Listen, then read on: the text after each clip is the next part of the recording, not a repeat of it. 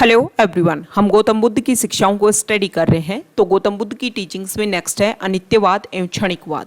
गौतम बुद्ध के अनुसार इस वर्ल्ड में जो भी थिंग्स हैं वो टेम्परेरी हैं, कुछ भी परमानेंट नहीं है। गौतम बुद्ध ने अनित्यवाद एवं क्षणिकवाद को एक एग्जाम्पल के थ्रू समझाया और उन्होंने एग्जाम्पल लिया रिवर का। उन्होंने ये बताया कि एक रिवर के सेम वाटर में आप 2 बार डुबकी नहीं लगा सकते हो, क्योंकि आपने पहली बार डुबकी लगाई तब वाटर यहाँ पर अलग था, लेकिन आप दोबारा डुबकी लगाने के लिए तैयार हुए तब ये जो वाटर है, जो पहले वाला वाटर है, वो आगे फ्लो हो चुका है। मतलब यहाँ पर चेंज हो रहा था रिवर के वाटर में, लेकिन आपको शो नहीं हो रहा था। और इसी चीज को उन्होंने रिलेट किया वर्ल्ड से।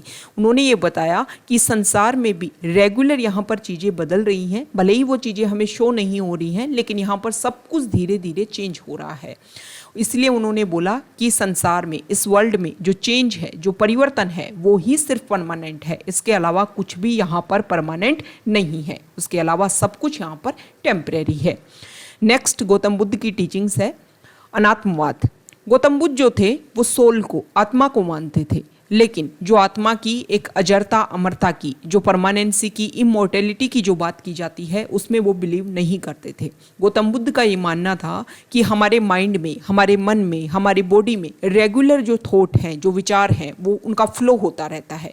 और ये जो फ्लो है वो एक विज्ञान है, और इसी विज्ञान को उन्होंने सोल से रिप्रेजेंट किया कि जो हमारे शरीर में जो आत्मा है, जिसके लिए बार बार क्वेश्चनिंग की जाती है और अलग अलग रिलीजन में इसको लेकर के अलग अलग आंसर दिए गए हैं।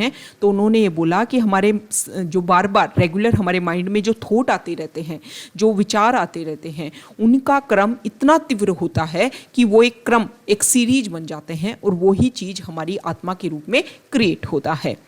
नेक्स्ट उनकी टीचिंग है निर्वाणा। निर्वाणा जो है उसका मतलब होता है, उसका मीनिंग होता है ब्लो ऑफ, मीन्स बुझ जाना। गौतम बुद्ध का ये मानना था कि जब हमें ज्ञान की प्राप्ति होती है तब हमारे जो दुख हैं वो खत्म हो जाते हैं। मतलब हमारे माइंड में जो थॉट्स रेगुलर आ रहे थे वो खत्म हो जाते हैं, और वो जो स्टेज होती है, वो जो कंडीशन होती है कि जब माइंड में थॉट्स आना, विचार आना बंद हो जाएं, उस कंडीशन को ही बोलते हैं निर्वाण या फिर साल्वेशन। गौतम बुद्ध का ये भी मानना था कि जो निर्वाण जो है वो जीवन का अंतिम लक्ष्य है। ओके, हालांकि गौतम बुद्ध ने निर्वाण की क्या सिचुएशन होती है इसको कभी उन्होंने डिस्क्राइब नहीं किया था।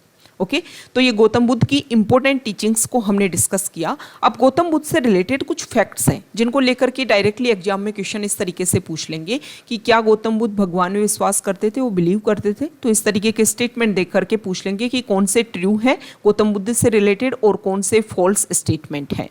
तो गौतम बुद्ध जो हैं वो भगवान में बिलीव नहीं करते थे, लेकिन वो कर्म फल, कि आप जो भी कर्म करते हैं, जो भी आपके एक्शन हैं, उनका आपको फल मिलता है, उनको आपका फ्रूट मिलता है कि आपकी लाइफ में अच्छा हो रहा है, बुरा हो रहा है, उसके अकॉर्डिंग आपने पहले कर्म किए हुए हैं। मतलब वो कर्म फल को और रीबर्थ को, कि पुनर्जन्म आपका हो रहा है।